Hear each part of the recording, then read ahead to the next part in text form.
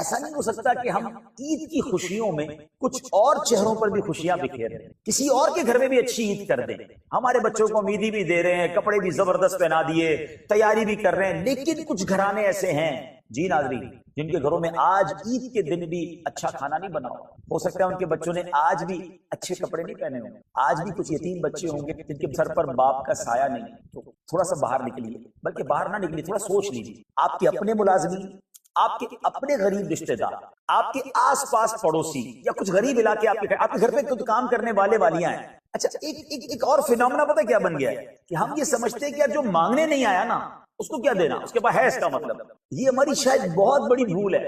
اصل جو سفید پوش ہوتا ہے نا وہ بیچارہ قرضہ لے لے گا، وہ ہاتھ نہیں پھیلائے، مانگنے والے بہت تھوڑے ہیں، پریشان بہت زیادہ ہیں۔ آج کل جو پچھلے سال 2 سال میں مہنگائی ہوئی ہے، آپ کیا کہیں گے اس بارے میں کہ اتنی مہنگائی ہوئی ہے کہ 20 25 30 ہزار والے آدمی کا تو گزارا ہی نہیں ہے۔ عید تو اس کے لیے بہت بڑی چیز ہے، عید کے پیسے کہاں سے لائے گا وہ، اس کو پہلے ہی گھر میں، یعنی میں جو سمجھتا ہوں if I'm not wrong کہ 20 25 30 35 40 ہزار والا بھی شاید اینڈ آف دا منتھ قرضے نہیں ہوتا ہے، بڑی مشکل سے وہ دن گن رہا ہوتا ہے کہ کب پہلی تاریخ آئے گی۔ جو سفید پوش ہوتا ہے نا اس کے لیے جان نکل جاتی ہے۔ لیکن میں یہاں ایک مشورہ دوں گا، آپ کو بھی دوں گا، میں اپنے آپ کو بھی مشورہ دے رہا ہوں اور میرے ناظرین کو بھی دے رہا ہوں۔ ہم یہ کیوں سوچتے ہیں کہ ہمارے ملازمین، ہمارے غریب رشتہ دار آئے نہیں ہیں مانگنے تو وہ سفیشینٹ ہوں گے؟ وہ اس لیے نہیں آئے کہ ان کی زبان نہیں اٹھی ہے۔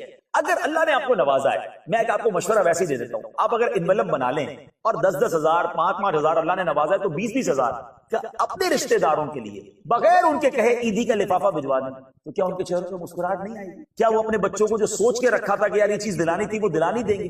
ہمیں شاید اتنا فرق نہ پڑے، اللہ نے بہت سو کو بہت نوازا ہے۔ خدارا عید وہ ہے کہ کسی کے چہرے پہ مسکراہٹ آ جائے۔ میرے بچے تو ہر عید پر اچھے کھانے کھاتے ہیں، ہر عید پر اچھے کپڑے پہنتے ہیں، کیا میں نہیں کہتا آپ 50 گھر، اگر اللہ نے نوازا تو 100 گھرانے آپ اسپانسر کریں، کم از کم ایک گھر میں تو عید کروا دو یار، کم از کم ایک گھر میں تو خوشیاں کروا دو، اس کے گھر میں اچھا کھانا بن جائے۔ اچھا ہم بعض اوقات جو ہے نا چیزیں بیچتے ہیں، میرا ماننا یہ کہ کیش دے دیں، ہو سکتا ہے اس نے کپڑے لے لیے ہوں، کھانے کی ضرورت ہو سکتا ہے کھانا پک گیا اور کپڑے نہ آئے ہو سکتا ہے ان کو کچھ اور چیز چاہیے، آپ جو بھیج رہے وہ پہلے ان کے پاس ہو، تو کیش بہترین تحفہ ہے آج کے دور میں کہ ان کی ڈیزائر کے مطابق، ان کی خواہش کے مطابق وہ جو ہے نا وہ اپنی عید منا لے۔ جو بھی آصف بھائی بات کر رہے تھے نا اس میں جو خرچے کا ایک آپ بتا رہے ہیں، میں ایک صاحب سے ملنے گیا، آصف بھائی کبھی کبھی جو نا عام بزنس مین بھی ایسی بات سکھا دیتے ہیں نا، بات ایسی کر جاتے ہیں کہ کلک کر جاتی ہے۔ اس بندے نے کہا کہ میں اپنے ہر بچے کی شادی میں 2 سے 3 غریب بچوں کی شادیاں کرواتا ہوں، میں نہیں کرتا بڑی دعوت،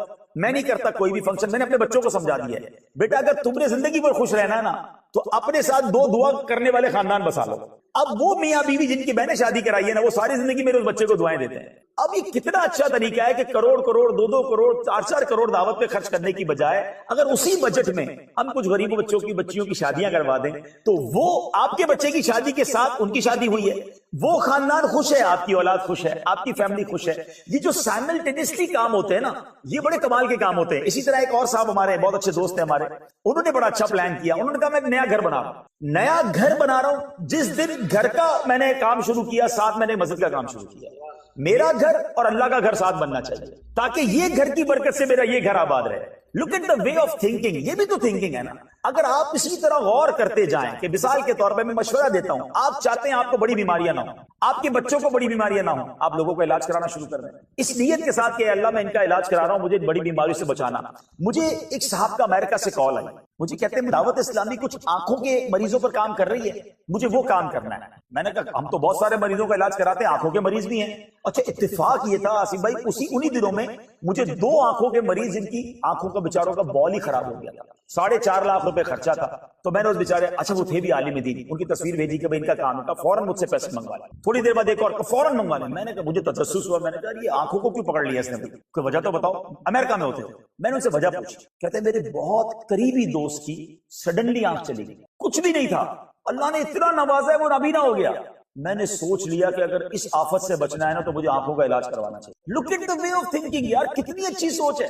یعنی آپ اگر یہ چاہتے ہیں، مجھے ایک صاحب ملے کہتے ہیں جو ہے نا اولاد نہیں ہے ہمارے پاس، دعا کر رہے ہیں، تو میں نے اس کو کہا یار دعوت اسلامی میں ماشاءاللہ، کیونکہ میں چونکہ میڈیکل کو بھی دعوت اسلامی کی دیکھتا ہوں، تو ہماری کئی اسلامی بہنیں ہیں اور ہزاروں کی تعداد میں ہیں جو کام کر رہی ہیں، نیکی کی دعوت دے رہی ہیں. ان کے ساتھ جب پریگننسی کا معاملہ ہوتا ہے تو ان کے پاس بعض اوقات کمی ہوتی ہے، علاج کے لیے پیسوں کی ضرورت ہوتی ہے. تو پتہ نہیں کیا میرے دماغ میں نے کہا ایک کام کرو یار، آپ ہے نا اللہ نے بہت نوازا ہے، تو آپ 25-50 ڈیلیوری جو کیس ہے نا اس کو اسپانسر کرو. آپ کسی کے یہاں اولاد ہونے میں مددگار بن جاؤ، اللہ اس برکت سے آپ کو اولاد عطا فرما دے گا. تو یہ وہ تھنکنگ ہے کہ اگر میں اور آپ اگر یہ سوچ لیں کہ ہمارے آس پاس آفتیں ہیں، ہمارے آس پاس لوگ بڑی بڑی بیماریوں میں ہیں، اگر میں اور آپ چاہتے ہیں کہ ہم آفتوں اور مصیبتوں سے بچیں، یہ حدیث میں بھی تو ہے نا کہ صدقہ بیماریوں کو ٹالتا ہے. تو لیٹس موو فارورڈ.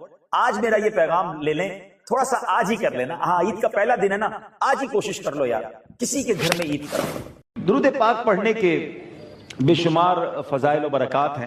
یہاں بیان پر آنے سے پہلے یہیں کے ایک اسلامی بھائی کا مجھے میسج آیا تھا کہ آپ نے درود پاک کی فضیلت پر وہ واقعہ سنانا ہے. دراصل یہ جو واقعہ ہے، آج کل جو سینیریو چل رہا ہے، لوگ پریشان ہیں، واقعی کاروباری مسائل ہیں، روزگار کے مسائل ہیں. کرونا وائرس کے بعد تو دنیا میں کئی ملکوں میں اب تک لاک ڈاؤن چل رہا ہے. پاکستان والوں تو میں شاید پتہ نہیں ہے اللہ نے کتنی بڑی مہربانی کر دی ہے ہم پر. کئی ملک اس وقت بھی لاک ڈاؤن ہے، گھر سے لوگ نہیں نکل پا رہے، ہاسپٹلز پہ جگہ نہیں ہے. میری 2 دن پہلے امریکہ بات ہو رہی تھی، وہاں کے ڈاکٹر کہتے ہیں ہمارے پاس ایک بستر ہاسپٹل میں خالی نہیں ہے. اتنے مریض ہیں کرونا وائرس کے. یو کے میں، یورپ میں. ہمارے وطن پر اللہ کریم نے بڑا احسان کیا. وہ ڈاکٹر کہتے ہیں ہمارے امریکہ میں ڈاکٹرز کی میٹنگ ہوئی اور کہتے ہیں پاکستان پر اسٹڈی کرو، 22 کروڑ کا ملک ہے، کیسے نکل گیا کرونا سے. یہ لوگ تو کچھ سوشل ڈسٹینسنگ بھی نہیں کر رہے. کہتے ہیں سارے غیر مسلم ڈاکٹر تھے. میں نے کہا کچھ نہیں کر رہے، وہ اذانیں دے رہے ہیں، وہ وضو کر رہے ہیں، وہ اولیاء کرام کا فیضان ہے ان پر. یہ اسلام کی طاقت ہے. ہاں، اور یہ میری بات آج نوٹ کر لینا، انشاءاللہ دنیا آج نہیں، کیونکہ 2020 ہے نا، یہ کبھی نہیں بھولا جائے گا. یاد رکھیے گا، ہم جب تک زندہ رہیں گے مر بھی جائیں گے نا. ہسٹری آف دا یونیورس میں، کائنات کی تاریخ میں 2020 جو ہے نا، یہ یاد ہی رکھا جائے، کیونکہ اس میں جو ہوا ہے وہ پہلے کبھی نہیں ہوا تھا اتنا بڑا. اور اس پر بہت تحقیقیں ہونی ہیں، اور یہ تحقیق بعد میں لوگوں کو پتا چلے گی کہ یہ مسلمانوں پر رب نے ساری دنیا میں کرم کیا ہے. یہ ہمارا وضو کرنا، یہ ہماری نمازیں پڑھنا، یہ ہمارا حلال چیزیں کھانا، جو اس پر عمل کر رہے ہیں اللہ پاک نے انہیں بچایا ہوا اور اللہ کی رحمت سے بچے رہیں گے انشاءاللہ. انشاءاللہ. لیکن احتیاط کرنا بھی اچھی بات ہے. اچھا، تو اب اس سینیریو میں بہت سارے لوگ مقروض ہو گئے ہوں گے. قرضہ لینا پڑتا ہے اپنی ضروریات کے لیے، اور بعض اوقات قرضے میں ایسے ڈوبتے ہیں کہ نکلنا بڑا مشکل دکھتا ہے. تو کیا سولوشن ہے؟ آؤ میں آپ کو ایک واقعہ سناتا ہوں. 2 دوست تھے. ایک دوست نے اپنے دوست سے قرض لیا 3000 درہم. وقت آ گیا اس دوست کو وہ پیسے واپس کرنے تھے. اس نے کہا پیسے دو. کا پیسے تو نہیں ہیں، کوئی کام کاج بھی نہیں ہے، خرچ ہو گئے پیسے تو. کہا اچھا تھوڑے اور دن دیتا ہوں. اور دن دیے، وہ دن بھی گزر گئے. کہا اب تو دے دو. کہا اب نہیں ہے. وہ چلا گیا قاضی کے پاس، عدالت میں مقدمہ دائر کر دیا، میرے پیسے نہیں دیتا میرا دوست جو ہے. قاضی نے بلایا عدالت میں، کہ اس کے پیسے دینے ہیں؟ کہاں دینے ہیں. تم نے لیے تھے؟ ہاں لیے تھے. کب دو گے؟ کہا ہے ہی نہیں، کہاں سے دوں گا. کہا 30 دن ہے، 30 دن میں دے دو ورنہ تمہیں جیل ہو جائے گی. بندہ گھر آیا، بڑا ٹینشن میں تھا. آخر اسے وہ روایت یاد آ گئی کہ نبی پاک علیہ السلام کا فرمان ہے کہ تم میں سے جو شخص مصیبت میں ہو، پریشانی میں ہو، اسے چاہیے کہ مجھ پر کثرت سے درود پڑھے. کو درود پاک پریشانی مصیبت کو لے جاتا ہے. اس نے کہا اور تو کچھ ہے نہیں. صبح سے لے کر شام تک درود پڑھنے لگا. 1 دن 2 دن 3 دن 27 دن گزر گئے. 3 days left، 3 دن باقی. 28ویں رات آ گئی. سویا، خواب میں کوئی کہنے والا کہتا گھبراؤ نہیں، تمہارا قرضہ ادا کر دیا جائے گا. تم علی بن عیسیٰ وزیر کے پاس جاؤ، وہ تمہارا قرضہ ادا کر دے گا.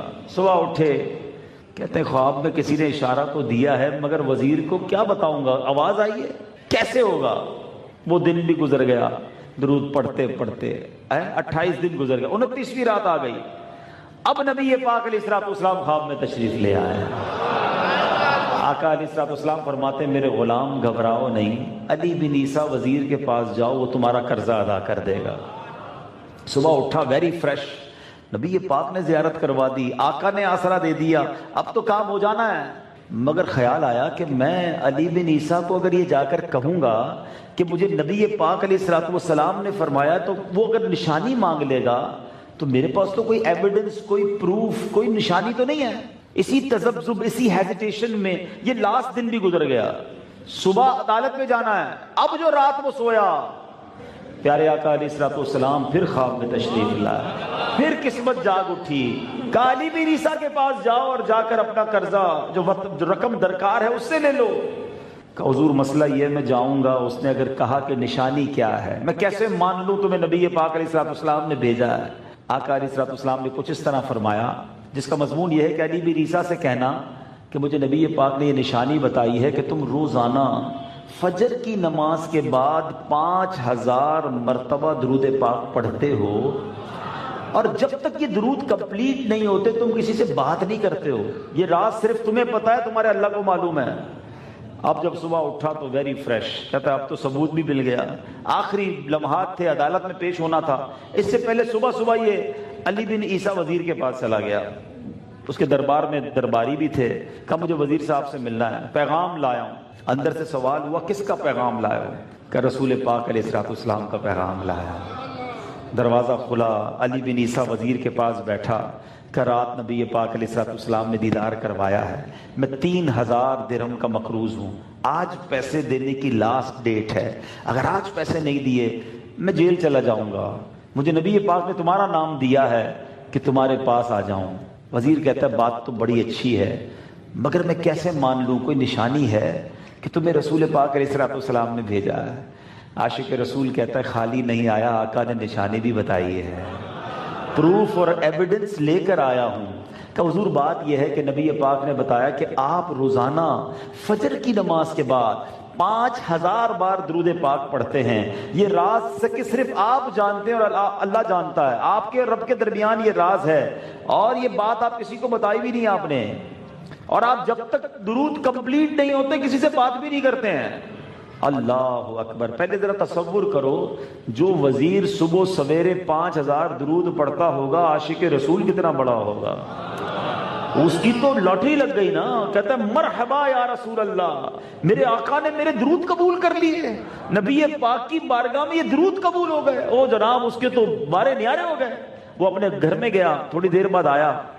کہتا ہے 3000 درہم تو یہ وہ ہیں جو میرے آقا علیہ الصلوۃ والسلام کا حکم تھا، لبیک یا رسول اللہ. پہلے تو یہ لے لیجئے، 3000 اور لیجئے. آپ میرے گھر قدم رنجا فرمایا، آپ نے قدم لگائے میرے گھر پر، یہ اس کا نذرانہ ہے. 3000 اور لیجئے، اس سے اپنے بچوں کا کوئی کام شروع کیجئے. اور آج ایک وعدہ کر کے جائیے، زندگی میں کبھی بھی کوئی ضرورت ہوگی میں آپ کا بھائی ہوں، کہیں اور نہیں جانا، میرے پاس آ جانا. اب یہ دیوانہ جھومتا ہوا عدالت پہنچا. 3000 درہم جو ہیں اس کا مقروض ہے، اب 9000 ہاتھ میں ہے. جاتے ہی اس نے جج صاحب کو وہ 3000 ہاتھ میں پکڑا دیے کہ حضرت یہ آخری تاریخ تھی، یہ لیجئے. جج کہتا ہے پہلے بتاؤ آئے کدھر سے؟ تم تو کہتے تھے کاروبار ختم، کلاش ہو گیا ہوں، کنگال ہو گیا ہوں، اب یہ کدھر سے آیا؟ تو اس دیوانے نے بھری عدالت میں واقعہ سنا دیا. گویا اس نے زبان حال سے یہ کہا ہوگا کہ یہ تو کرم ہے ان کا، ورنہ اتنی میری اوقات نہیں، جتنا دیا سرکار نے مجھ کو اتنی میری اوقات نہیں. اب یہ واقعہ سنایا. جج نے بھری عدالت میں جب یہ واقعہ سنا اپنی سیٹ سے کھڑا ہوا، اپنے کمرے میں چلا گیا. واپس آیا، آ کر کہتا یہ 3000 لو، سارا ثواب علی بن عیسیٰ لے جائے گا. میں بھی تو نبی پاک کا غلام ہوں، تمہارا قرضہ میں ادا کرتا ہوں. اچھا وہ جو دوست جس نے کیس کیا تھا وہ ساری باتیں سن رہا ہے کہ یہ ہو کیا رہا ہے، جس پر میں نے مقدمہ کیا اس پر نبی پاک کا اتنا کرم. کہتا رکیے رکیے، کاغذ قلم لائیے، میں اپنا قرضہ ہی اس کو معاف کر دیتا ہوں. اب جس نے بندہ تو تھا وہ کہتا ہے جج صاحب کو، جج صاحب ہوں تواڈے 3000 واپس لے لو. اب میں کیا کروں اس کو، آپ نے قرضے کے لیے دیے تھے، یہ واپس لیں. جج کہتا ہے جو پیسے نبی کے نام پہ نکالے وہ واپس نہیں لینے، یہ پیسے بھی تم ہی لے جاؤ. اللہ اکبر. کتابوں میں لکھا، قبلہ مفتی امین صاحب رحمۃ اللہ تعالی علیہ نے اپنی مشہور و معروف کتاب جو درود پاک کے فضائل پر لکھی، آب کوثر، اس میں بھی یہ واقعہ لکھا. آپ لکھتے ہیں یہ بندہ جو تھوڑی دیر پہلے 3000 درہم کا مقروض ہے، جیل جانے کی امید ہے، اب 12000 درہم لے کر اپنے گھر کو جا رہا ہے. یہ ہے درود پاک. وہ یقین درکار ہے، وہ محبت درکار ہے، وہ بھروسہ درکار ہے۔ ہمارا ایک اور پرابلم بھی ہے، ہم بظاہر پڑھتے بھی ہیں، درود پڑھتے بھی ہیں، مگر پیچھے یقین نہیں ہوتا۔ چلو پڑھ لیتے ہیں، ہو گیا تو ہو گیا، نہیں ہوا تو نہیں ہوا ہے، یہ اس سے کچھ نہیں ہوتا، یاد رکھیے گا۔ علماء کہتے ہیں جب یقین کامل ہونا تو پھر ایک وظیفہ بھی کام کر دیا کرتا ہے، پھر تعویذ بھی اثر کرتا ہے، پھر دعا بھی قبول ہوتی ہے۔ ہمارا پرابلم یہ، ہم دعا مانگتے ہوئے بھی ہیزیٹیشن، تذبذب، چلو مانگ لیتا ہوں، باقی پتہ نہیں نہیں ہونی۔ اعلیٰ حضرت امام اہل سنت لکھتے ہیں اس کی دعا قبول ہی نہیں ہونی۔ جو اس نیت کے ساتھ دعا کرے کہ قبول ہوگی یا نہیں ہوگی، وہ یقین کے ساتھ دعا کرے کہ جس سے مانگ رہا ہوں وہ دینے والا ہے، خزانے اس کے بھرے ہوئے ہیں، اور اسی نے فرمایا ہے ادعونی استجب لکم، مانگو میں تمہیں دوں گا۔ صدق کے دل سے مانگے، انشاءاللہ اس کی دعا قبول ہونی ہے۔ تو درود پڑھو اور یقین کے ساتھ پڑھو، محبت کے ساتھ پڑھو، انشاءاللہ تمہاری بگڑی بن جانی ہے۔ اور میرے آقا نے جب فرما دیا مصیبتیں دور ہوں گی، پریشانیاں دور ہوں گی درود پڑھنے سے، تو ضرور ہوں گی، لیکن درود پڑھنے والا بھی چاہیے، محبت سے پڑھنے والا چاہیے، عقیدت سے پڑھنے والا ہونا چاہیے، اور نمازی بھی ہونا چاہیے۔ درود تو پڑھے مگر نمازی نہ پڑھے، نماز تو فرض ہے نا۔ کچھ لوگ بڑے وظائف پڑھتے ہیں اور نمازیں قضا ہو رہی ہوتی ہیں۔ یاد رکھیں، علماء بڑی پیاری بات فرماتے ہیں، کہتے ہیں مسلمان کا سب سے پہلا افضل وظیفہ نماز ہے۔ 5 وقت نماز تو ضروری ہے نا، وہ نہیں پڑھی اور باقی وظیفے کر رہے ہیں، تو پہلے نماز کی پابندی اور درود پاک اپنی زندگی میں آپ شامل کر لیں۔ شاعر لکھتے ہیں نا، دکھوں نے تم کو جو گھیرا ہو تو درود پڑھو، دکھوں نے تم کو جو گھیرا ہو تو درود پڑھو، جو حاضری کی تمنا ہو تو درود پڑھو۔ آئیے مل کر محبت کے ساتھ درود پاک پڑھ لیں۔ صلو علی الحبیب صلی اللہ تعالی علی محمد صلی اللہ علیہ وسلم۔ سبحان اللہ، میرے آقا مدینے والے مصطفیٰ صلی اللہ علیہ وسلم کے میلاد کا مہینہ ہمارے درمیان رہا، برکتیں لوٹتے رہے، اور اب سبحان اللہ پیران پیر دستگیر شیخ عبد القادر جیلانی رحمت اللہ تعالی علیہ کی برکتیں لٹانے والا مہینہ آ گیا۔ سنیوں کے تو وارے نیارے، 12ویں ختم ہوتی 11ویں شروع ہو جاتی ہے۔ غوث پاک بھی ہمارے اور غوث پاک کے آقا بھی ہمارے، تیری سرکار میں لاتا ہے رضا اس کو شفیع، تیری سرکار میں لاتا ہے رضا اس کو شفیع، جو میرا غوث ہے اور لاڈلا بیٹا تیرا۔ اللہ پاک فیضان غوث اعظم بھی نصیب فرمائے۔ نبی پاک علیہ الصلوۃ والسلام کی ذات، اللہ اکبر، سبحان اللہ، اللہ پاک نے کیسے کمالات سے نوازا۔ پیارے ہمیشہ یاد رکھیں، ہر نبی کو اللہ پاک نے معجزہ عطا فرمایا، اور جیسی اس دور کی ضرورت تھی ویسا معجزہ عطا فرمایا۔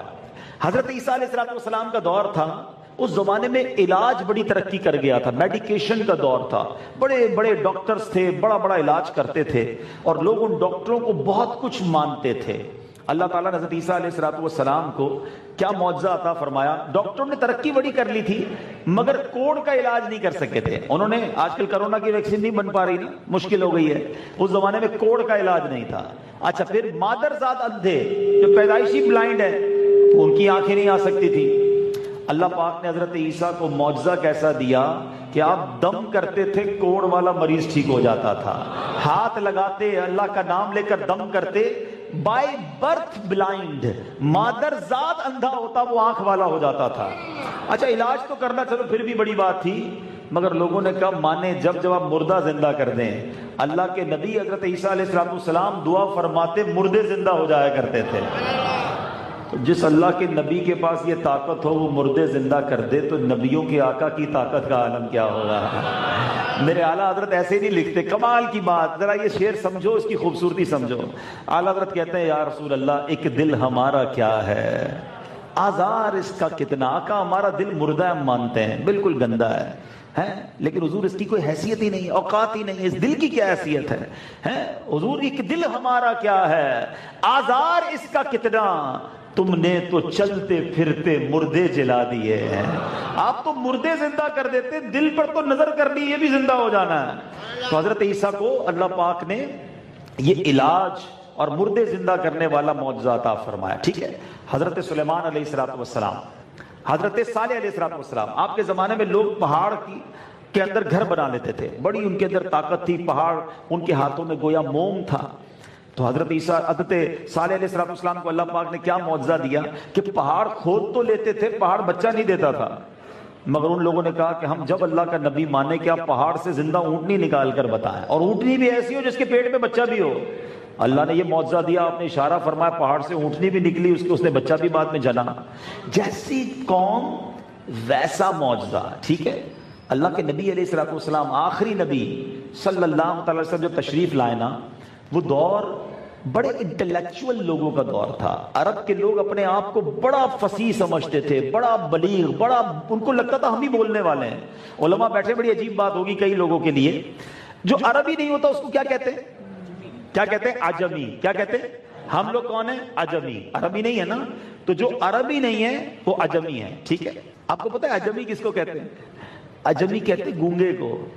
عرب کے لوگ سب کہتے تھے ہم ہی بولنا جاتے، باقی سارے عجمی ہیں، گونگے ہیں، یہ ان کو بولنا ہی نہیں آتا. اتنا اپنی زبان پر عبور بھی تھا اور فخر بھی تھا. اس زمانے میں مقابلے ہوتے تھے. کعبے کا جو کعبہ تھا نا، کعبہ شریف، بدقسمتی سے اس وقت تو اسلام کی باتیں نہیں تھی، مسلمان نہیں تھے. کعبے کے اندر بت بھی رکھے جاتے تھے، اور کعبے کی دیوار ایک طرح سے ایک نمائش، کہتے ہیں نا آج کل لگتے ہیں ایگزیبیشن وال تھی. بڑے بڑے شاعر آتے، اپنا کلام لکھتے اور کعبے کی دیوار پر لگا دیتے. سب لوگ آتے، پڑھتے، کہتے ہاں یہ سب سے نمبر 1 ہے، اپنا کلام نکال کے لے جاتے. پھر کوئی بڑا شاعر آ کر لگاتا پچھلا، اپنا کلام اتار کے لے جاتا. یعنی وہ گویا چیمپئن شپ ہوتی تھی، ایوارڈ ملتا تھا جس کی سب سے اچھی کلام لکھا، کوئی اشعار لکھے، کوئی نظم لکھی. اب ایسا دور کہ جن کو اپنی فصاحت پر اتنا ناز ہے، اس دور میں میرے آقا تشریف لاتے ہیں.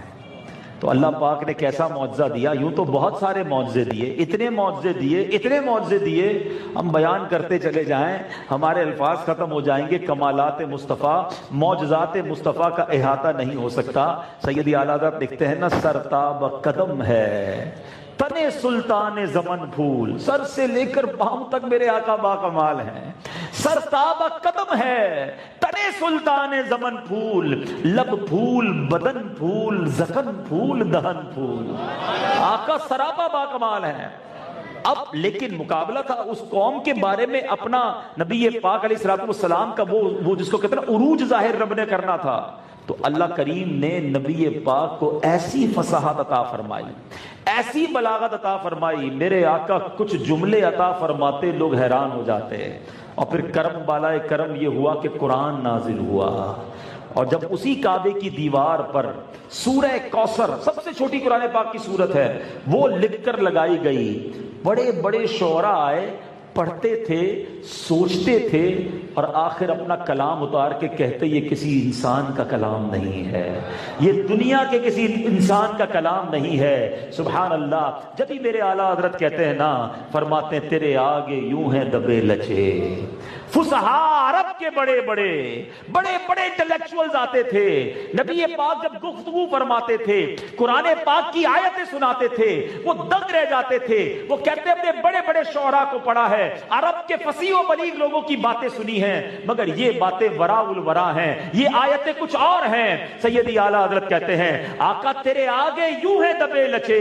فصحاء عرب کے بڑے کوئی جانے منہ میں زبان نہیں بلکہ جسم میں جان نہیں. میں نثار تیرے کلام پر ملی یوں تو کس کو زبان نہیں. حضور زبان والے بڑے آئے، مگر جب آپ گفتگو فرماتے ہیں میں نثار تیرے کلام پر ملی یوں تو کس کو زبان نہیں. وہ سخن ہے جس میں سخن نہ ہو، وہ بیان ہے جس کا بیان نہیں. تو قرآن سبحان اللہ، یہ اللہ کے حبیب علیہ السلام کا وہ معجزہ ہے جس کو اعظم المعجزات کہا جاتا ہے. سب سے بڑا معجزہ، the biggest miracle of رسول پاک علیہ السلام. خود قرآن فرماتا ہے اگر اس قرآن کو ہم کسی پہاڑ پر نازل کرتے تو خشیت الہی کی وجہ سے یہ ریزہ ہو جاتا. پہاڑ کتنے مضبوط ہوتے ہیں، مگر قرآن کا بوجھ اٹھانا یہ پہاڑ کے بس کا بھی کام نہیں تھا، تو دنیا میں پھر کون سی جگہ بچتی ہے بتاؤ نا؟ پہاڑ تو وہ ہوتے ہیں کہ زمین کو روکنے کے لیے، زمین کو ساکت کرنے کے لیے، جب یہ دنیا اللہ تعالیٰ نے زمین بنائی نا، زمین لرزنے لگی تو اللہ تعالیٰ نے پہاڑ بنائے اور پہاڑ کے ذریعے زمین کو گویا سکون بخشا، اس نے پکڑ لیا زمین کو، اتنے مضبوط ہوتے ہیں پہاڑ۔ اب پہاڑ بھی قرآن کا بوجھ نہ اٹھاتے تو قرآن نازل کہاں ہوتا؟ پھر کیسی پاورفل جگہ لائی جاتی؟ اللہ اکبر، اللہ کریم نے اپنے حبیب کے قلب اقدس کو وہ قوت عطا فرمائی۔ کائنات میں نبی پاک کے دل منور سے زیادہ کوئی ایسی مضبوط جگہ نہیں ہے جتنا بوجھ، جتنی جناب قرآن کا جس کو کہے کہ قرآن نازل ہو سکے۔ اللہ نے نبی پاک کے دل اقدس کو وہ طاقت بخشی، اور سنو یہ طاقت کیسے ملی تھی؟ سبحان اللہ، جب پہلی وحی نازل ہونے والی تھی نا، نبی پاک کا شق صدر کیا گیا۔ یہ بھی معجزہ ہے میرے آقا کا، دل انور کو کھولا گیا، سینہ انور کو کھولا گیا، دل انور کو باہر نکالا گیا اور مزید نور کی برسات کی گئی تاکہ اب قرآن نازل ہونا ہے اس بوجھ کو اٹھا سکیں۔ اور سبحان اللہ، جبھی تو میرے اعلیٰ حضرت کہتے ہیں کہ یا رسول اللہ آپ کی نگاہ کرنے کی دیر ہے، ہمارا گندا دل بھی صاف ہو جائے گا، تو جو چاہے تو ابھی میل میرے دل کے دھلے ہیں۔ حضور آپ کا دل تو کیسا نورانی ہے، میرا دل میلا ہے، تو جو چاہے تو ابھی میل میرے دل کے دھلیں، کہ خدا دل نہیں کرتا کبھی میلا تیرا۔ تو بہرحال نبی پاک پر، ان کے دل انور پر قرآن نازل ہوا۔ صحابہ کرام کو پتہ چل جاتا تھا کہ نبی پاک کے اوپر وہی نازل ہو رہی ہے، کیونکہ آقا علیہ السلام کے چہرے کا رنگ کچھ بدلتا تھا، پسینہ پیشانی پر جیسے بوجھ فیل ہوتا تھا، کیونکہ قرآن نازل ہو رہا ہے۔ جبریل امین وحی لے کر آتے تھے۔ سورہ مائدہ قرآن پاک کی بڑی پیاری سورت ہے، اس کی تفسیر میں لکھا کہ جب سورہ مائدہ نازل ہوئی نا تو نبی پاک ایک اونٹنی پر سوار تھے۔ جب یہ سورہ مائدہ نازل ہوئی اتنا بوجھ اس کا محسوس کیا کہ اونٹنی بیٹھ گئی، اس اونٹنی نے وہ بوجھ نہیں اٹھا سکی۔ تو یہ میرے آقا کی شان ہے، قرآن یہ سب سے بڑا معجزہ ہے۔ اے میلاد منانے والو، 11ویں منانے والو، اللہ اور اس کے رسول کے چاہنے والو، قرآن یہ نبی پاک کا معجزہ ہمارے درمیان ہے۔ مگر ہم میں سے کون ہے جو اسے پڑھتا ہے، سمجھتا ہے، انڈرسٹینڈ کرتا ہے؟ قرآن کے لیے کتنا ٹائم ہے ہمارے پاس؟ آج میں آپ کو قرآن پاک کی 10 آیتیں سنانے آیا ہوں۔ اللہ اکبر، اس سے اندازہ ہوگا مور دین 6000 آیات، 6000 سے زیادہ آیتیں قرآن میں، 30 پارے، 114 صورتیں، کتنا خزانہ ہوگا اس کے اندر، سوچو۔ میں صرف 10 آیتیں آپ کو سنانے آیا ہوں، اور ان 10 آیتوں میں اللہ اکبر، اللہ کریم نے ہمیں کامیاب لوگوں کے بارے میں بتا دیا، کون سکسیسفل ہیں، ان سکسیسفل اور کامیاب لوگوں کے کام کیا ہوتے ہیں، اور سنو جو اس پر عمل کرتا ہے اس کو ملنا کیا ہے۔ کامیاب لوگ بھی بتا دیے، ان کے کام بھی بتا دیے، اور ان کا انعام بھی بتا دیا۔ within 10-11 آیات پڑھیں تو پتا چلے نا۔ 18واں پارہ ہے، سورہ مومنون ہے۔ اللہ کریم قرآن مجید میں کیا ارشاد فرماتا ہے، سنو۔ جب یہ آیت نازل ہوئی نا قرآن پاک کی سورہ مومنون کی، تو اللہ کے حبیب علیہ السلام کی ایک کیفیت بنی کہ آپ کے پاس چہرہ اقدس پر گویا قریب مکھیوں کی بنبناہٹ ہو رہی، یہ وحی کی نشانیوں میں سے تھا۔ صحابہ کرام سمجھ لیتے تھے۔ تو نبی پاک نے جب یہ آیتیں نازل ہوئی، 10 آیتیں، تو آپ نے ہاتھ اٹھائے اور دعا کی، اے اللہ ہمیں زیادہ عطا کرنا اور کمی نہ فرمانا، ہمیں عزت دینا اور ذلیل نہ کرنا، ہمیں عطا کرنا اور محروم نہ فرمانا، ہمیں چن لے، ہم پر کسی دوسرے کو نہ چن، اے اللہ ہمیں راضی فرما اور ہم سے راضی ہو جا۔ اور اس کے بعد نبی پاک نے ارشاد فرمایا، مجھ پر 10 آیتیں نازل ہوئی ہیں، جس نے ان مذکور باتوں کو اپنا لیا وہ جنت میں داخل ہوگا۔ جنت کا ٹکٹ ہے، یقین کرنا، یہ 10 آیتیں گارنٹیڈ جنت ہے، کیونکہ اللہ نے قرآن میں فرمایا۔ سبحان اللہ۔ اور نبی پاک نے پھر یہ 10 آیتیں بیان کی۔ اب غور سے سنتے جاؤ۔ کامیاب کون ہے؟ آج لوگ کہتے ہیں جس کے پیسے زیادہ وہ کامیاب، جس کے پاس حکومت ہے وہ کامیاب، جو بڑا مشہور ہے وہ کامیاب، جو زیادہ خوبصورت ہے وہ کامیاب۔ نہیں جناب، میں اور آپ طے نہیں کر سکتے کون کامیاب، اور جس نے مجھے اور آپ کو بنایا وہ بتائے گا نا کون کامیاب۔ کائنات بنانے والا بتائے گا کون کامیاب۔ اللہ نے اپنے قرآن میں فرمایا، پہلی آیت اللہ ارشاد فرماتا ہے، قد افلح المؤمنون، بے شک ایمان والے کامیاب ہو گئے۔ اے ایمان والو تمہیں مبارک ہو، جس کے پاس ایمان ہے وہ کامیاب ہے۔ اللہ ایمان سلامت رکھے، دعا کرتے رہا کرو، یہ ایمان قبر میں لے کر جانا ہے۔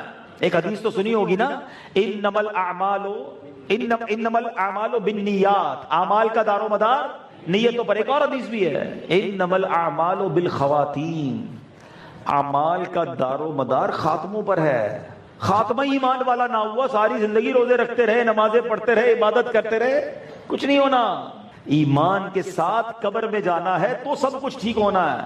سیدی غوث اعظم رضی اللہ عنہ پیران پیر ہے نا، آپ کیا فرماتے تھے؟ سنو، اتنے بڑے ولی، ولیوں کے سردار، غوث پاک کے مرتبے کا عالم تو یہ ہے کہ علماء کہتے ہیں آج بھی اگر کسی کو ولایت ملتی ہے نا تو غوث پاک کے در سے ملتی ہے۔ سر بھلا کیا کوئی جانے کہ ہے کیسا تیرا، اولیاء ملتے ہیں آنکھیں وہ ہے تلوا تیرا، مگر پیران پیر کہتے ہیں۔ لوگ کہہ رہے ہیں آج عید کا دن ہے، عید کا دن ہے۔ عبد القادر کے لیے عید کا دن وہ ہوگا جب اپنا ایمان سلامت لے کر قبر میں جائے گا۔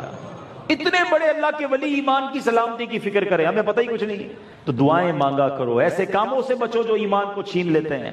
چلیں بہرحال پہلی آیت پر تو ہمارا عمل ہے اور اللہ سے دعا ہے ہمارا ایمان سلامت رہے۔ اب اللہ فرماتا ہے یہ جو کامیاب لوگ ہیں ان کے اوصاف کیا ہیں، یہ کرتے کیا ہیں؟ اب چیک کرنا ہے کہ میں اور آپ یہ کرتے ہیں کہ نہیں۔ غور سے سنیں، وہ کون ہیں؟ الذین هم فی صلاتہم خاشعون، یہ کامیاب والے، ایمان والے کیا کرتے ہیں؟ پہلی بات، پہلی لائن، اپنی نماز میں خشوع و خضوع کرنے والے، فوکس کے ساتھ نماز پڑھنے والے ہیں۔ آج ہمارا حال کیا ہے؟ کیا ہماری نماز خشوع و خضوع والی ہے؟ نماز میں دل لگتا ہے؟ نماز میں ہمارا دھیان لگتا ہے؟ ورنہ آج نماز پڑھ رہے ہوتے ہیں اور پتہ ہی نہیں ہوتا کیا پڑھ رہے ہیں، کتنی رکعتیں پڑھی، کیا پڑھا۔ آج جنہوں نے عشاء جماعت سے پڑھی ہے ان سے پوچھ لیتا ہوں بتاؤ امام صاحب نے کون سی سورت پڑھی تھی، تو ہمیں وہ بھی یاد نہیں ہوتا، کیونکہ دھیان تو کہیں اور ہوتا ہے نا۔ حالانکہ ہمارے بزرگان دین کی نماز، اللہ اکبر، حضرت انس رضی اللہ عنہ فرماتے ہیں نبی پاک علیہ الصلوۃ والسلام نے فرمایا اے بیٹے نماز میں ادھر ادھر دیکھنے سے بچو، کیونکہ نماز میں ادھر ادھر توجہ جو ہے یہ ہلاکت ہے۔ ایک بار نبی پاک علیہ الصلوۃ والسلام کی بارگاہ میں ایک شخص آیا اور اس نے نماز پڑھی، پیارے آقا کی بارگاہ میں حاضر ہوا، سلام کیا۔ پیارے آقا علیہ الصلوۃ والسلام نے فرمایا جاؤ واپس جا کے نماز پڑھو، تم نے نماز نہیں پڑھی، درست نماز نہیں پڑھی۔ وہ دوبارہ گیا، پھر نماز پڑھی، پھر آیا حضور کی بارگاہ میں، فرمایا واپس جاؤ دوبارہ نماز پڑھو، تم نے صحیح نماز نہیں پڑھی۔ وہ حیران، تیسری بار ایسا ہی ہوا تو عرض کرتا ہے حضور مجھے تو ایسی نماز آتی ہے، اب آپ بتائیے نا گڑبڑ کیا ہے میری نماز میں، سکھائیے مجھے، بتائیے۔ اللہ کے حبیب علیہ الصلوۃ والسلام نے فرمایا جب تم نماز کے لیے کھڑے ہو تو تکبیر کہو، پھر اتنا قرآن پڑھو جتنا آسانی سے پڑھ سکو، پھر اطمینان سے رکوع کرو، پھر رکوع سے سر اٹھا کر سیدھے کھڑے ہو جاؤ، پھر اطمینان سے سجدہ کرو، پھر سر اٹھا کر اطمینان سے بیٹھ جاؤ اور پوری طرح نماز مکمل کرو۔ آج ہم نماز میں کبھی کبھی دیکھتے ہیں ایسے بندے کے نماز پڑھ رہے ہوتے ہیں ایسا لگ رہا ہے کہ ریس لگی ہوئی ہے۔ یاد ہے نبی پاک کی وہ حدیث آپ نے سنی ہوگی کہ سب سے بڑا چور وہ ہے جو نماز کا چور ہے، حدیث پاک کا مضمون ہے، جو کوے کی طرح ٹھونگ مارتا ہے، سجدہ کریں گے پھر سجدے میں، رکوع کریں گے پھر سجدے میں۔ ارے بھائی آرام سے پڑھے نماز، اللہ کی بارگاہ میں حاضر ہو۔ اب دنیا میں کسی کے پاس جائیں، کوئی بڑا آدمی ہو، بڑا اس کا محل ہو اور جناب بڑا نام ہو اس کے پاس جا کر کیسی دھیمی آواز میں بات کرتے ہیں، آہستہ آہستہ کام کرتے ہیں، پلیٹ بھی اٹھاتے تو سکون سے اٹھاتے ہیں۔ اللہ کی بارگاہ میں ایسا لگ رہا ہے ریس لگی ہوئی ہے، اتنی سپیڈ سے نماز پڑھیں گے، نہ رکوع ٹھیک کریں گے نہ سجدہ ٹھیک کریں گے۔ تعدیل ارکان یہ کہلاتے ہیں، اطمینان کے ساتھ یہ سارے ارکان صحیح کرنا واجب ہے۔ لیکن بات وہ ہے کہ نماز سیکھی کب؟ پرابلم تو یہ ہے نا، ہم میں سے کس نے آج تک نماز باقاعدہ سیکھ کے پڑھی ہے؟ ہم نے تو دیکھ کے پڑھی ہے۔ وضو خانے پر آئے چھوٹے تھے تو لوگ وضو کرتے تھے، ان کو دیکھ کے وضو سیکھ لیا، پتہ نہیں کہاں سے یہ وضو میں چومنا بھی آ گیا اور کیا کیا کر رہے ہوتے لوگ اسی کو دیکھ کے کر رہے ہوتے ہیں۔ وہ چلو بھر کے ہاتھ دھونا دیکھا تھا تو لوگ وہی آج تک چلا رہے ہیں۔ بھائی سیکھا تو نہیں، وضو دیکھ کے وضو کیا۔ اچھا نماز کیسے سیکھی؟ وہ بس جیسے صف میں لوگ کھڑے تھے جو رکوع کرتے تھے سجدہ کرتے تھے ہم بھی ویسے ہی کرنے لگے۔ نماز جو سب سے اہم فرض ہے کہیں نہیں سیکھا، کوئی ٹریننگ نہیں لی، لوگوں نے دیکھ کر کرنا شروع کر دیا۔ آپ نے اپنے آفس کے ساتھ ایسا کیا، اکاؤنٹس پڑھ کر اکاؤنٹنٹ کی نوکری ملتی ہے، ٹائپنگ سیکھ کر ٹائپسٹ کی نوکری ملتی ہے، ٹھیک ہے نا جناب، ڈرائیونگ سیکھ کر ڈرائیونگ کی ایسی نوکری کوئی نہیں دیتا کہ چلو گاڑی لو میری سیکھ لینا چلاتے بھی رہنا، بھائی جان چلی جائے گی گاڑی چلی جائے گی، بھائی پہلے سیکھ کر آؤ لائسنس لاؤ، پھر نماز ویسے ہی شروع کر دی۔ سب سے پہلا فرض نماز، لیکن نماز سیکھنے کا ٹائم نہیں. اور واقعی ایسی بات ہے جس پر توجہ بھی نہیں ہے لوگوں کی. اللہ سلامت رکھے دعوت اسلامی کے مدنی ماحول کو. میں اپنی زندگی میں تو پہلی بار سنا کہ نماز کا کورس کروایا جا رہا ہے, اور سبحان اللہ فیضان نماز کورس کا ایسا جال بچھا دیا. 7 دن کا یہ کورس, اچھا اس کو آن لائن بھی کر دیا. روز کے 2 گھنٹے کے لیے آ جاؤ بھائی, آپ کو نماز سکھائیں گے. پہلا فرض نماز ہے. ایک بار آ کر تو دیکھو. کئی لوگوں نے آ کر بتایا 40 سال سے نماز پڑھتے تھے, اب پتا چلا کہ نماز پڑھنی کیسے ہے, فرض کیا ہے, شرط کیا ہے, رکوع کیسے ہوگا, سجدہ کیسے ہوگا, وضو کیسے ہوگا, غسل کیسے ہوگا. بیسک معلومات پتا نہیں ہے. دنیا بھر کی بحث کرا لو ہم سے. او اسٹاک ایکسچینج کے ریٹ بھی پتا ہوں گے, سونے کا ریٹ بھی, آئل کے ریٹ پتا ہوتے ہیں. بھائی تم نے کنواں خریدنا ہے, روز رات کو دیکھ رہا ہے یار آج کل آئل کا یہ ریٹ. اور نماز پڑھنا بھائی جو سیکھنے والا کام ہے وہ سیکھنا نہیں ہے. ایسے عجیب ہم لوگ ہو گئے. دنیا بھر کی معلومات ہے اور جو بیسک معلومات ہے اس سے دور ہے. امام اعظم ابو حنیفہ رضی اللہ عنہ کی بارگاہ میں ایک شخص آیا, کہتا حضرت موسیٰ علیہ السلام کی نانی کا نام کیا تھا؟ ہمارے یہاں بھی لوگ ایسے آتے ہیں علماء کرام سے امتحان لینے کے لیے, ایسا مشکل سوال لے کر آئیں گے کہ اگلا جواب نہ دے سکیں. مگر امام اعظم تو امام اعظم تھے نا. کہا بیٹا وضو میں 4 فرض ہیں. کہتا حضرت موسیٰ کی نانی کا نام کیا تھا؟ کہا بیٹا وضو میں 4 فرض ہیں. کہا حضرت آپ زمانے کے امام ہیں, میں آپ سے پوچھ رہا ہوں حضرت موسیٰ کی نانی کا نام بتائیں, اور آپ کہے جا رہے ہیں نماز میں وضو میں 4 فرض ہیں. آپ نے کہا بیٹا قیامت کے دن تجھے یہ نہیں پوچھا جائے گا حضرت موسیٰ کی نانی کا نام کیا تھا, تیری نماز کا سوال ہوگا, پہلے وضو ٹھیک کر لے. نماز وضو کے فرض پتہ نہیں ہے اور وہ مشکل سوال لے کر آئیں گے. او اللہ کے بندو, جو بیسکس ہیں اس پر عمل کر لو پہلے. اور یہ دعوت اسلامی کا کانسیپٹ ہے کہ نماز درست کروائیں, وضو درست کروائیں. مدنی قافلے میں جا کر ہمیں جماعت میں کھڑے کیسے ہونا, کیا کچھ سکھایا جاتا ہے. قرآن کہتا ہے کامیاب لوگ وہ ہیں جن کی نمازوں میں خشوع و خضوع ہے. تو خشوع و خضوع جب آئے گا نا جب نماز پراپر پڑھیں گے. تو خدا را نماز کو اہمیت دیں. آگے چلتے ہیں. اللہ آگے فرماتا ہے سبحان اللہ, کامیاب لوگ کون ہیں؟ فرمایا والذین هم عن اللغو معرضون, وہ جو فضول باتوں سے منہ پھیرنے والے ہیں, جو کام کے کام نہیں اسے نہیں کرتے. لیکن آج حال یہ ہے کہ فضول باتوں میں ہی زندگی گزر رہی ہے. موبائل ہاتھ میں لیا, 3 گھنٹے گزر گئے, کیا کر رہے ہیں؟ بس دیکھی جا رہے ہیں. بھائی کچھ سیکھا کچھ نہیں, ٹائم نکال دیا. ان 3 گھنٹوں میں تم کتنے نفل پڑھ لیتے, کتنے درود پڑھ لیتے. اچھا بعض لوگ تو ٹی وی کے آگے بیٹھیں گے ریموٹ لے کے, بس ان کا کام ہی ہے کہ چینل آگے بڑھاتے رہے. 2-2.5 گھنٹے تک چینل ہی گھماتے رہے. کیا دیکھا پتہ نہیں, کیا دیکھا, تھوڑا سب دیکھا. اس میں غلط بھی دیکھا, صحیح بھی دیکھا, گناہ بھی ہو گیا, حرام بھی. اللہ کے بندو تم اب اتنا ٹائم ہے یار, اس ٹائم میں علم دین سیکھ لیتے. 7, 8, 10 منٹ میں سورہ یاسین پڑھی جاتی ہے. ایک بار یاسین پڑھو 10 قرآن پاک کا ثواب ہے. جذبہ واللہ, ایک درود پاک پڑھو 10 گناہ معاف ہو جاتے ہیں, 10 درجے بلند. قرآن کہتا ہے کامیاب وہ ہیں جو فضول باتوں کی طرف التفات نہیں کرتے. اور ایسا لگتا ہے ہمارا سارا ٹائم ہی فضول جا رہا ہوتا ہے. اس موبائل نے تو بیڑا غرق کر دیا نا. ہر گروپ میں رہنا ہے, ہر نیوز پڑھنی ہے, ہر خبر سننی ہے, ہر کلپ دیکھنا ہے, چاہے وہ حرام ہے, چاہے وہ حلال ہے, چاہے وہ بے پردگی پر ہے. غور کرو یار, روزانہ یہ موبائل میرے پیسے لگے ہوئے اور مجھے جہنم کی طرف لے جا رہا ہے. اپنے آپ کو بچاؤ ان فضول باتوں سے. اپنی زندگی کا ٹائم اس کو یوز کرو بہترین. خوش نصیب ہے وہ لوگ جو اپنے اوقات کو باقاعدہ پلان کرتے ہیں اور اس اوقات کو عبادت میں, نیکیوں میں صرف کرتے ہیں. فضول اتنی تھوڑی سی زندگی ضائع کر دوں میں؟ بزرگان دین سے سنو. امام شافعی فرماتے ہیں وقت تلوار ہے, یا تو تم نیکیاں کر کے اسے کاٹ دو ورنہ وہ تمہیں کاٹ دے گا. اس وقت کی اہمیت دیکھو.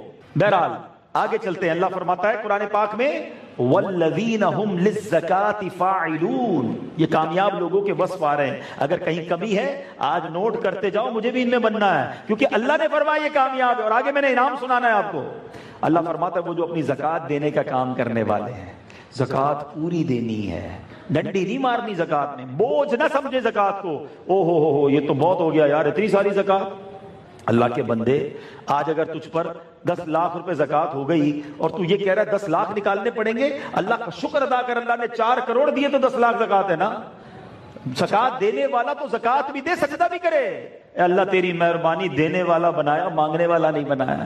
تم بوجھ فیل کرتے ہو, زکات پہ ڈنڈی مارتے لوگ. کامیاب وہ ہیں جو زکات دینے والے ہیں.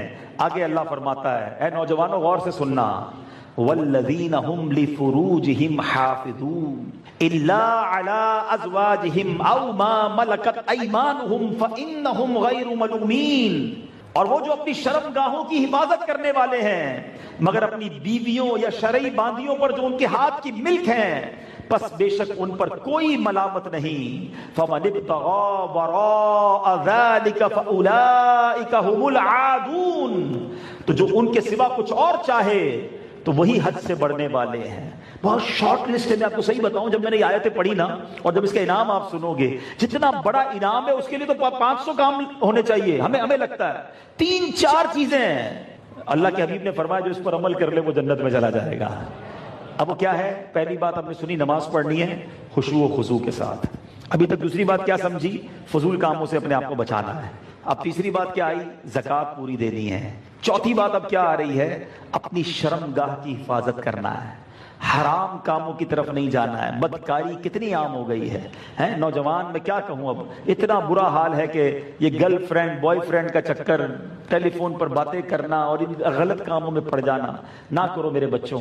یاد رکھو کہ سبحان اللہ, نبی پاک فرماتے ہیں جو مجھے حدیث پاک کا مضمون ہے, مجھے 2 چیزوں کی گارنٹی دیتا ہے, میں اسے جنت کی گارنٹی دیتا ہوں.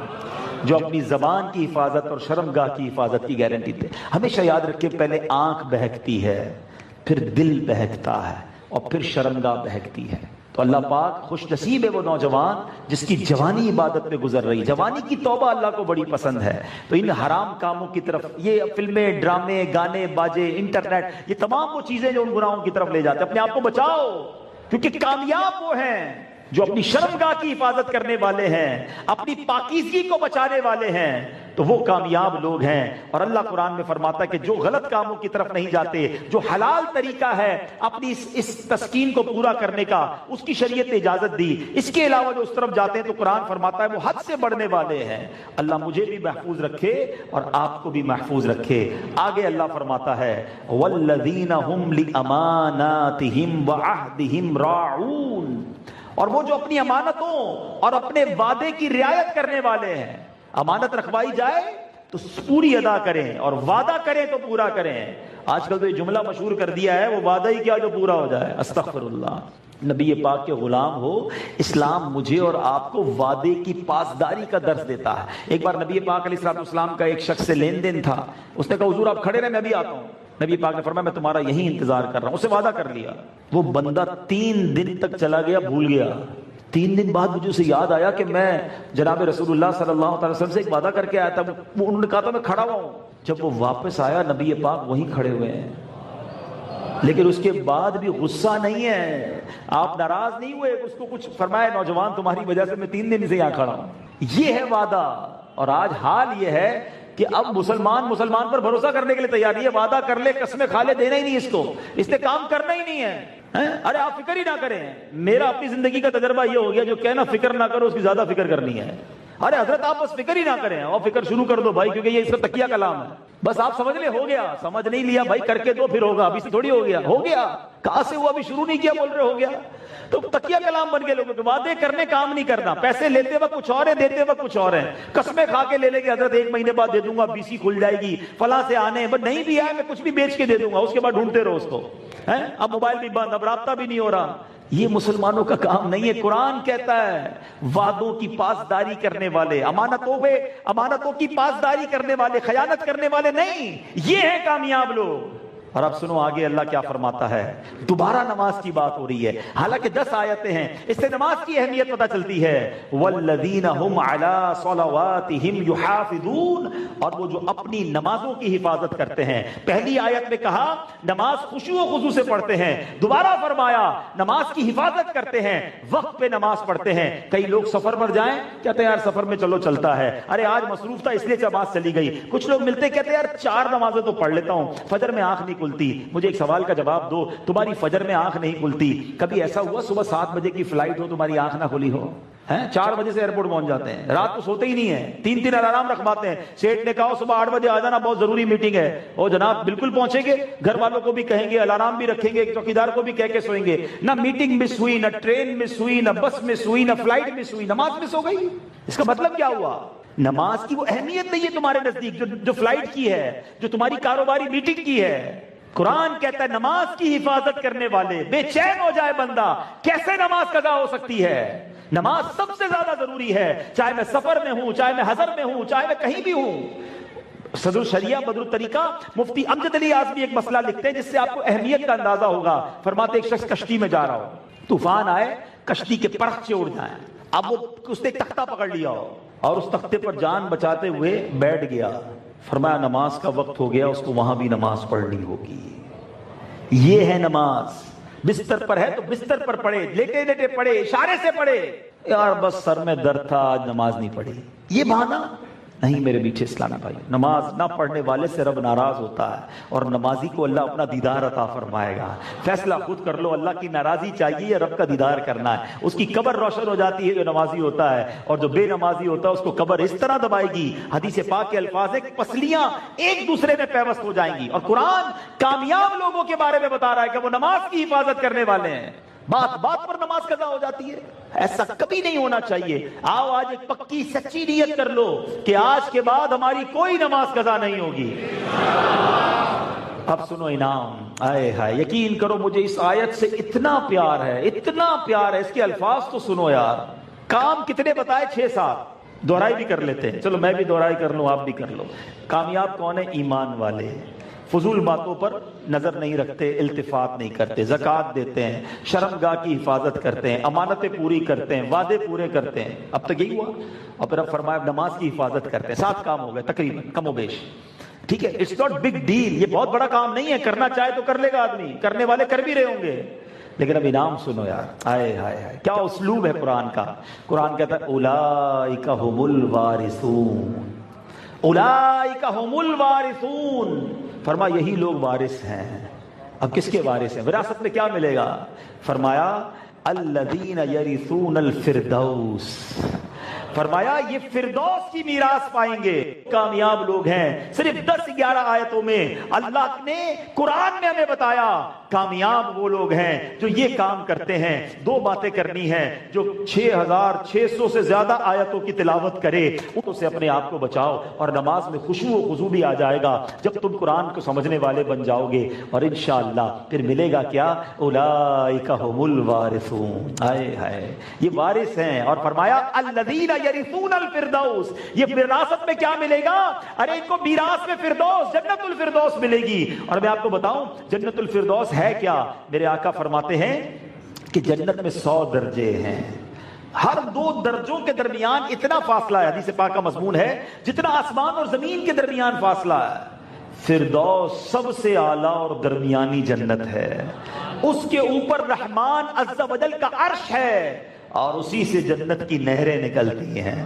یعنی اس میں بھی ٹاپ کلاس. جنت ساری کمال ہے، جنت کی بھی جو ٹاپ کلاس ہے وہ جنت الفردوس. اور آقا فرماتے جب تم اللہ سے سوال کرو نا تو جنت الفردوس کا سوال کرو. لہذا ہر مسلمان کو چاہیے کہ جب اللہ سے جنت مانگے جنت الفردوس ہی مانگے. اگر اللہ تعالیٰ نے اپنے فضل و کرم سے یہ دعا قبول فرما لی تو آخرت میں ملنے والی یہ سب سے عظیم نعمت ہوگی. اتنے سارے اسلام پہ موجود ہیں، آؤ دعا کرتے ہیں یا اللہ ہم گناہ گاروں کو جنت الفردوس میں بلا حساب داخلہ عطا فرما.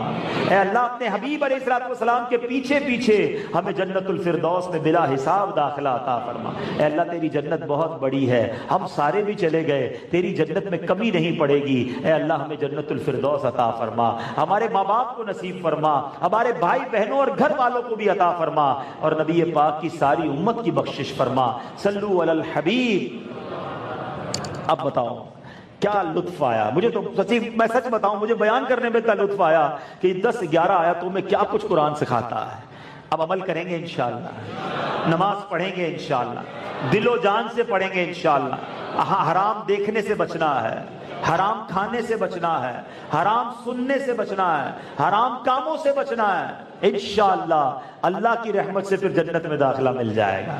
اللہ مجھے بھی عمل نصیب فرمائے، آپ کو بھی نصیب فرمائے. تو دعوت اسلامی کے مدنی ماحول میں یہی تو سکھایا جاتا ہے. آ جائیں قرآن کی طرف، آ جائیں نبی پاک کے طریقے کی طرف. تو دعوت اسلامی کے ماحول سے وابستہ ہوں، اجتماع میں آیا کریں، مدنی قافلوں میں سفر کریں. مدرسۃ المدینہ بالغان جگہ جگہ موجود ہیں، وہاں جا کر قرآن پڑھیں. تفسیر قرآن، یہ تقریباً بیان میں نے تفسیر قرآن صراط الجنان سے کیا. یہ کتاب الحمدللہ ہمارے مکتبۃ المدینہ نے شائع کی ہے، اسے ڈاؤن لوڈ بھی کر سکتے ہیں، اس کی اپلیکیشن بھی آ گئی ہے. تفسیر قرآن پڑھیں تو قرآن انشاءاللہ قرآن کا نور آپ کے دل میں اترنا شروع ہو جائے گا. تو اللہ پاک مجھے اور آپ کو قرآن پاک سے سچی محبت عطا فرمائے. آمین بجاہ النبی الامین صلی اللہ تعالی علیہ وسلم. ماشاءاللہ ایک سوال بھی آیا کہ اجتماعی طور پر کے سوال کا جواب دیتے ہیں کہ واٹس ایپ پر ایک بزرگ کی تصویر لگا کر مہینے کی مبارکباد دیتے ہیں اور تصویر کو غوث پاک سے منسوب کرتے ہیں. غوث پاک کی، اولیاء کرام کی، مولا علی کی، امام حسنین کی کوئی تصویر موجود نہیں ہے. یہ جھوٹ ہے. ان تصویروں کو فارورڈ نہ کیا کریں. ویسے ہی مبارکباد دے دیں 11ویں شریف کی. تصویر کی کیا ضرورت ہے؟ اور غوث پاک کی تصویر تو دلوں میں ہے نا، وہ ہمارے ذہنوں میں ہیں. وہ کیا خوبصورت بات کہتے ہیں نا، مفتی اعظم ہند کا غالباً شعر ہے نا کہ فرشتے پوچھتے ہو مجھ سے کس کی امت ہو. جب ایسا نبی پاک کا تصور جمع ہو جائے نا آنکھوں میں، جب فرشتے قبر میں آئیں گے نا، فرشتے پوچھتے ہو مجھ سے کس کی امت ہو، فرشتے پوچھتے ہو مجھ سے کس کی امت ہو. لو دیکھ لو یہ ہے تصویر یا آنکھوں میں، لو دیکھ لو یہ ہے تصویر یا انہیں نہ دیکھا تو کس کام کی. سب چاہتے ہیں نبی